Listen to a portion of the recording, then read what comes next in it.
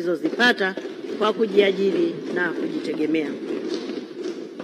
Mheshimiwa Spika, napenda pia kulitaarifu bunge lako tukufu kuwa kulingana na kifungu cha 3 kifungu kidogo cha 2B cha sheria ya Jeshi la Kujenga Taifa sura 193 toleo la urekebu la mwaka 2002, JKT inatakiwa kutoa mafunzo kwa vijana ili kuwawezesha kuwa na sifa za kuandikishwa katika Jeshi la Ulinzi la Wananchi wa Tanzania.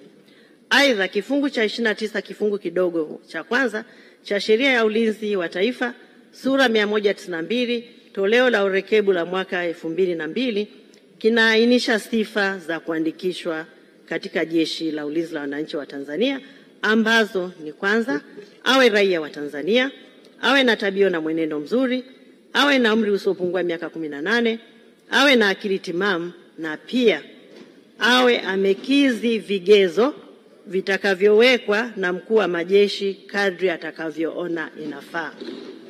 Awe amekizi vigezo vitakavyowekwa na mkuu wa majeshi kadri atakavyoona inafaa.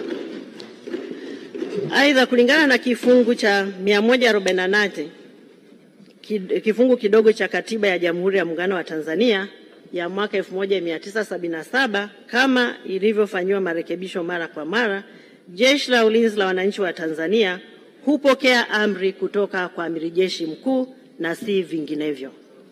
Na kifungu cha 5 cha sheria ya ulinzi wa taifa kimeainisha maeneo ambayo Waziri wa Ulinzi na Jeshi la Kujenga Taifa amekasimiwa mamlaka na Amiri Jeshi Mkuu. Na tangu kuanzishwa kwake, Jeshi la Ulinzi wa Wananchi wa Tanzania hapo tarehe 1 Septemba mwaka 1964 limeendelea kutekeleza majukumu yake kwa umakini mkubwa. Hata pale palipotokea matishio hayo yaliweza kudhibitiwa kwa wakati na ipasavyo.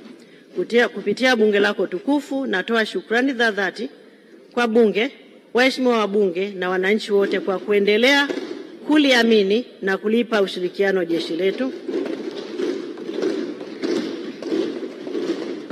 Na aidha, kwa kutambua kuwa Jeshi la Ulinzi wa Tanzania ni chombo mahususi kwa shughuli mahususi ambazo zinahitaji weledi, umakini na uzalendo wa hali ya juu, nitoe rai kwetu sote kuendelea kuliamini, kulipa uhuru wa kutekeleza majukumu yake bila kuingiliwa, kwa kufuata matakwa ya Katiba ya Jamhuri ya Muungano wa Tanzania na sheria ya ulinzi wa taifa na kanuni zake pamoja na sheria nyingine. Mheshimiwa Spika na waheshimiwa wabunge, mara nyingi nimekuwa nikisema Jeshi la Ulinzi wa Wananchi wa Tanzania ni chombo mahususi kwa shughuli mahususi. Pengine na kwa sitoi ufafanuzi, naomba nieleze kidogo. Wanajeshi huandikishwa na hawaajiriwi. Na mwanajeshi anapoandikishwa anakula kiapo. Anakula kiapo kuilinda mipaka ya nchi, anakula kiapo kulinda mamlaka, anakula kiapo kulinda uhuru, na anakula kiapo kulinda katiba na hata mapinduzi matukufu ya Zanzibar. Kwa muktadha huu, uandikishwaji wa vijana katika jeshi unatakiwa ufanyike kwa umakini wa hali ya juu na bila kuingiliwa na chombo chochote isipokuwa kufuata matakwa ya katiba na sheria iliyowekwa.